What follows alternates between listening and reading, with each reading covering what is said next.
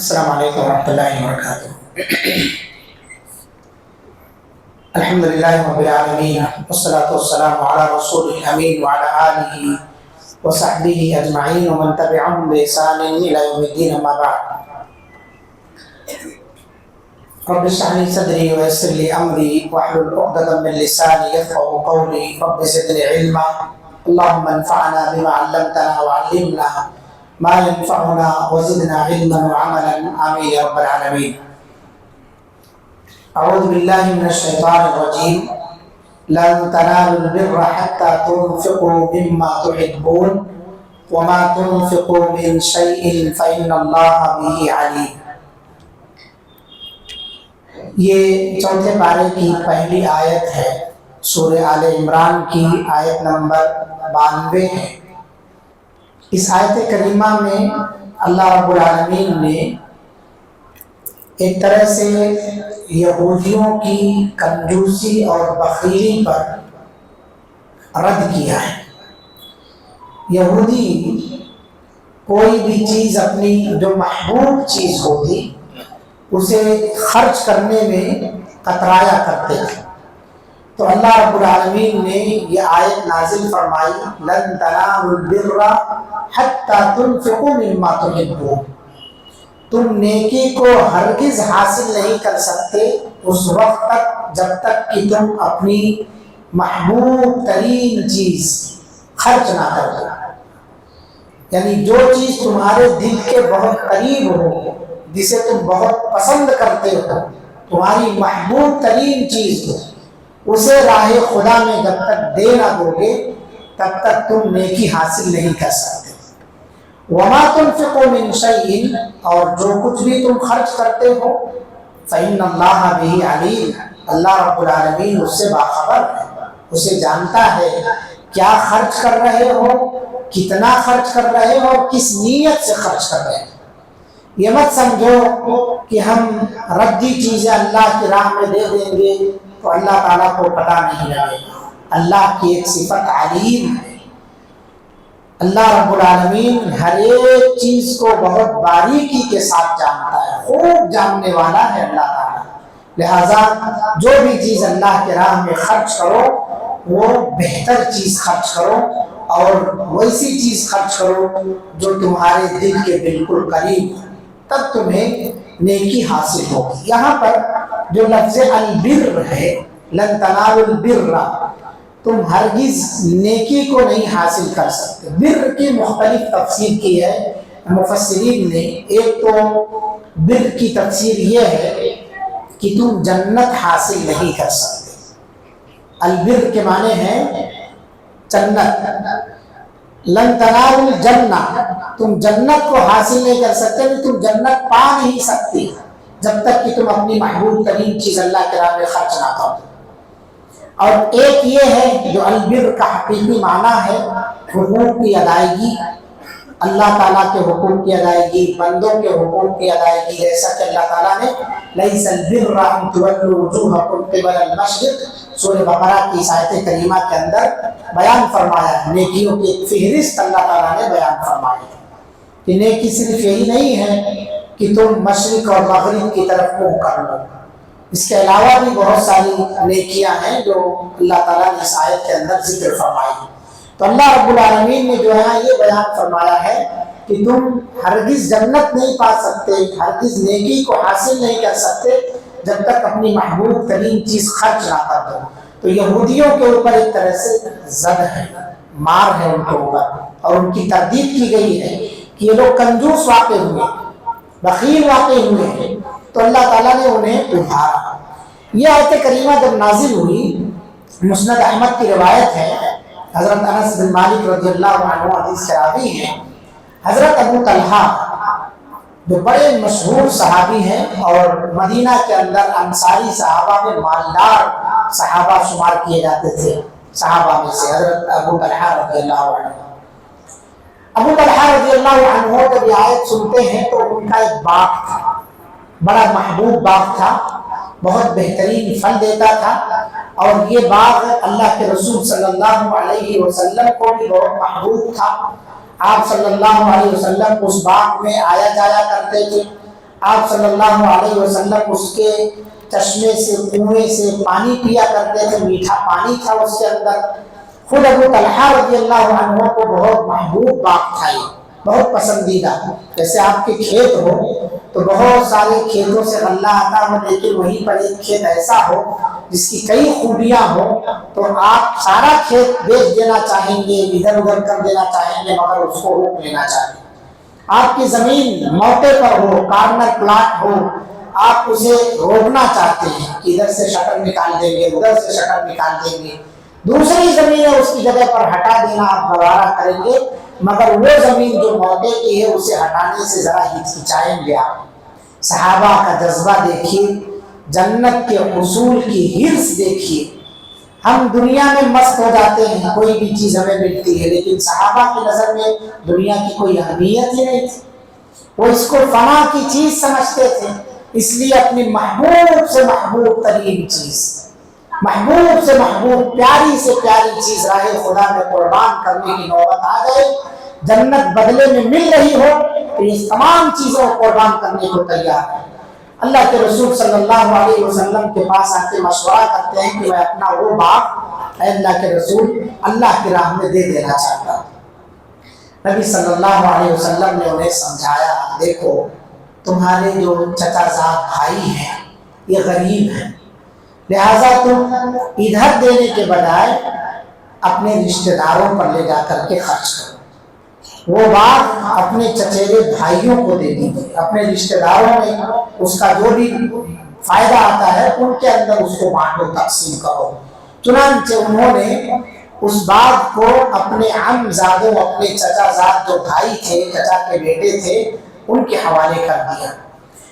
تو یہ صحابہ کرام صرف ایک صحابی کا مسئلہ نہیں ہے، ایسے کئی صحابی کے واقعات ہیں کہ انہوں نے جنت جہاں مل رہی ہے وہاں پر اپنے محبوب سے محبوب ترین چیز کو اللہ کی راہ میں قربان کرنا گوارا کیا، اور قربان کرنے میں ذرا برابر بھی ہچکچاہٹ کا اظہار نہیں کیا۔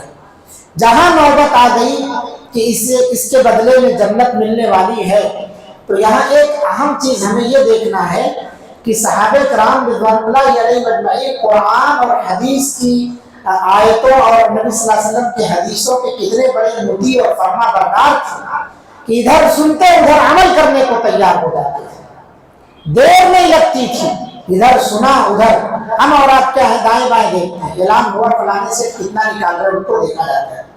ابھی مدرسے کا اعلان ہوا نا جامعہ سلفیہ کا، تو لوگ دیکھتے ہیں دوسروں کو، یہ مرکزی ادارہ ہے آپ کا، لوگ دیکھتے ہیں کون نکال رہا کتنا دے رہا ہے۔ اور اب تو وہ حدیث پر میں بار بار غور کرتا ہوں، جب تو اب مسئلہ یہ آ گیا ہے کہ دائیں ہاتھ سے خرچ کرو تو بائیں کو پتہ نہ چلے اس میں 5 روپیہ دے رہے ہیں کہ 10 روپیہ دے رہے ہیں، پتہ نہیں چلتا ہے۔ بہت اچھی بات ہے، لیکن آپ کا یہ 1 روپیہ 10 روپیہ 5 روپیہ جو بھی آپ خرچ کر رہے ہیں اسے بھی خرچ شمار کیا جاتا ہے، لیکن آپ کے ظرف کا بھی پتہ چلتا ہے کہ کس طرح کے ادارے ہیں، کیسی مسجد بن رہی ہے، کتنا خرچہ لگ رہا ہے۔ ظاہر سی بات ہے جہاں 4 کروڑ روپے کا خرچہ ہو وہاں 1 روپے کی بھی اہمیت ہے، لیکن ایسی جگہوں پر ہمیں مزید خرچ کرنا چاہیے۔ جہاں مسجدیں تعمیر ہو رہی ہے وہاں کروڑوں کی مالیت لگ رہی ہو، 10 روپے کی بھی آپ کی اہمیت ہے، بوند بوند سے دریا ہوتا ہے، وہاں بھی اہمیت۔ اللہ کے رسول صلی اللہ علیہ وسلم نے کسی کے بھی چندے کو، کسی کے تعاون کو حقیر نہیں سمجھا ہے۔ ایک صحابی بڑی مشکل سے کچھ کھجوریں جمع کر کے لے کے آئے، لیکن آپ صلی اللہ علیہ وسلم نے اس کو تمام جو ڈھیر لگا تھا غلوں کا اس کے اوپر بکھیر دیا تاکہ ان کی ہمت افزائی ہو۔ وہ یہ نہ سمجھے کہ میں تھوڑا سا مال لایا ہوں، ان لوگ جو سیٹھ لوگ ہیں بہت زیادہ خرچ کیے ہیں، ان کے سامنے میری کیا حیثیت ہے۔ آپ صلی اللہ علیہ وسلم نے ان کی حوصلہ افزائی کے لیے، ان کا دل رکھنے کے لیے اس مال کو نبی صلی اللہ علیہ وسلم نے پورے مال کے اوپر بکھیر دیا، اور بڑی مشکل سے لے کر کے آئے تھے، بہت مزدوری کر کے تب اتنا کھجور کا چند دانہ لا کر کے انہوں نے اللہ کے رسول صلی اللہ علیہ وسلم کے حوالے کیا۔ مطلب یہ ہے کہ صحابہ کرام رضوان اللہ علیہ مجمعین جس طرح سے بھی ممکن ہو سکتا وہ ہر طرح سے اللہ کے راہ میں خرچ کرنے کے لیے تیار ہوتے۔ حیثیت دار آدمی اپنی حیثیت کے مطابق خرچ کرتا۔ تو ہم جس لائق رہیں اس لائق ہم خرچ کریں۔ آیت کریمہ لن تنالوا البر حتى تنفقوا مما تحبون، تم جنت حاصل کر ہی نہیں سکتے جب تک اپنی محبوب چیزیں اللہ کے راہ میں خرچ نہ کرو۔ اب اس کا یہ مطلب نہیں ہے کہ جو چیزیں ہمارے گھر میں زائد پڑی ہوئی ہیں، ہماری پسند کی نہیں، محبوب نہیں ہے، بہت ساری چیزیں ایکسٹرا رہتی ہیں اس کو خرچ نہیں کر سکتے، وہ بھی خرچ کر سکتے، لیکن ضرورت دیکھنی چاہیے ہمیں سامنے والے کس طرح کی ضرورت کا آدمی ہو۔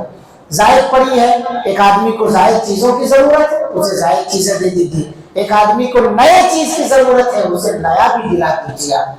وما تنفقوا من شيء، جو کچھ بھی تم خرچ کر رہے ہو اللہ رب العالمین جاننے والا ہے، لہذا خرچ کرتے وقت ریاکاری کی نیت نہیں ہونی چاہیے، دکھاوا نہیں ہونا چاہیے، اللہ کی رضامندی ہونی چاہیے۔ دوسری چیز یہ ہے کہ اس نیکی کے قبول ہونے کے لیے اللہ رب العالمین سے ہمیں دعا کرنا چاہیے۔ اور وما تنفقوا من شيء فهو يخلفه، یہ بھی نہیں ڈرنا چاہیے کہ ہم جو کچھ خرچ کریں گے تو پھر ہمارا سب ختم ہو جائے گا۔ میرے بھائیوں، دیا کس نے ہے؟ اللہ نے دیا ہے۔ جب ہمارے پاس کچھ نہیں تھا تو اس نے دیا ہے، اور جو اللہ کہہ رہا ہے انفق تنفق علیک، تم خرچ کرو تمہارے اوپر خرچ کیا جائے گا، تو ہم ڈرنے لگے۔ جب کچھ نہیں تھا تب تو کوئی ڈر نہیں تھا، اور جب اللہ نے نواز دیا پھر جب ہم خرچ کر رہے ہیں تو ڈر ستاتا ہے کہ یہ ختم ہو جائے گا تو پھر کہاں سے آئے گا۔ جہاں کچھ نہیں تھا، جو جس رب نے دیا ہے وہی رب پھر دینے والا، اس کا وعدہ ہے، تو آگے خرچ کر، فَهُوَ يُخْلِفُهُ، پیچھے تجھے عطا کرے گا اللہ رب العالمین۔ تو خرچ کرنے سے دولت گھٹتی نہیں ہے، یہ بڑھتی ہی جاتی ہے۔ انفاق فی سبیل اللہ کی بڑی اہمیت ہے۔ صحابہ کرام رضوان اللہ علیہم اجمعین کی زندگیوں سے ہمیں عبرت اور نصیحت حاصل کرنا چاہیے کہ ذرا برابر ہچکچاتے نہیں تھے۔ یہ ماہ مبارک ہے، اپنے رشتہ داروں کا خیال کریں، غرباء کا خیال کریں، مساجد مدارس ان سب کا خیال کریں، علماء کا خیال کریں۔ اس ماہ مبارک میں بہت سارے حفاظ جگہ جگہ سے تراویح پڑھانے کے لیے آپ کے مسجدوں کا رخ کرتے ہیں۔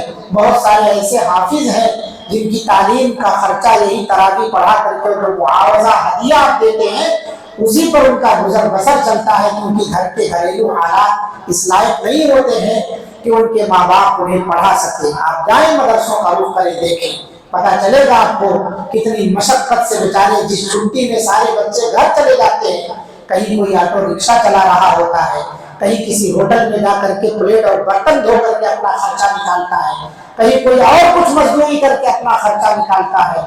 لہٰذا حفاظ کرام، علماء کرام جہاں جہاں بھی آپ کے نظر میں آئے انہیں آپ اپنا تعاون بھی کریں اور ان کی ہمت بھی بڑھائیں اور ان لوگوں کے لیے دعائے خیر بھی کریں۔ اللہ سے دعا ہے اللہ رب العالمین ہم تمام لوگوں کو اپنے محبوب مال کو اللہ کے راہ میں خرچ کرنے کی توفیق عطا فرمائے، بخیلی کنجوسی سے اللہ تعالی ہم سب کی حفاظت فرمائے۔ آخری حدیث ہے، نبی صلی اللہ علیہ وسلم نے فرمایا 2 فرشتے ہر روز صبح کو نازل ہوتے ہیں، ہر روز ملکانی ینزلانی، ہر روز صبح کو نازل ہوتے ہیں۔ ایک فرشتہ دعا کرتا ہے اللہم اعط منفقا خلفا، اے اللہ جو خرچ کر رہا ہے اسے اس کے پیچھے عطا فرما۔ دوسرا فرشتہ بد دعا کرتا ہے اللہم اعط ممسکا تلفا، اے اللہ جو روک کے رکھتا ہے، سینت کے رکھتا ہے، مال کا حریص ہے، اس کے مال کو تلف کر دے، نقصان پہنچا دے۔ تو کہیں حادثے کے شکار، کہیں مال چوری ہو گیا، کہیں کچھ اور پیش آ گیا، کہیں پھنس گیا، کہیں دب گیا، اس طرح سے ہمارا مال بیکار چلا جاتا ہے۔ اس لیے اپنے ہاتھ کو لمبا کریں، مسکینوں کا خیال کرنے والے بنے، معاشرے کے اندر جو لوگ حاجت مند ضرورت مند ہیں ان کی ضرورتوں کو پورا کریں۔ اللہ تعالی ہم سب کو کہنے سننے سے زیادہ عمل کی توفیق عطا فرمائے، فرشتوں کی دعا کا مستحق بنائے، بد دعا سے اللہ تعالی ہم سب کو محفوظ فرمائے۔